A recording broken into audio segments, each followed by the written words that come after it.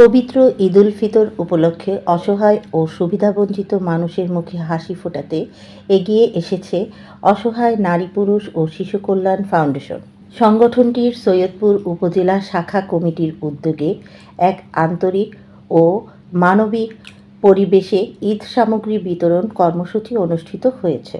এদিন এলাকায় অসহায় নারী পুরুষ ও শিশুদের মাঝে ঈদের প্রয়োজনীয় সামগ্রী বিতরণ করা হয়। কর্মসূচিতে উপকার ভোগীদের মাঝে ছিল স্বস্তি ও আনন্দের ছাপ, যা ঈদের প্রকৃত চেতনা ভাগাভাগি এক বাস্তব প্রতিফলন। অনুষ্ঠানে উপস্থিত ছিলেন সৈয়দপুর উপজেলা শাখা কমিটির নেতৃবৃন্দ।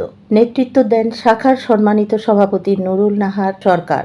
আরও উপস্থিত ছিলেন সহসভাপতি সানারুল ইসলাম, সাধারণ সম্পাদক মিলন, যুগ্ম সম্পাদক মেহেদী হাসান, সেক্রেটারি তুহিন আলম, অর্থ সম্পাদক সাইদুল ইসলাম সাদেক, সাংগঠনিক সম্পাদক আবুল মালেক, প্রচার সম্পাদক এহসানুল কবির দুলাল এবং দপ্তর সম্পাদক শুভ।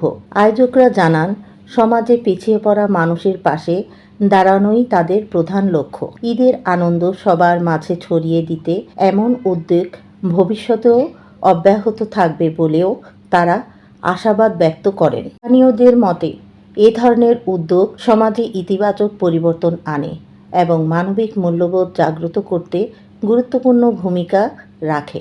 শাপলা টেলিভিশন, দেশীয় ঐতিহ্যের ধারক।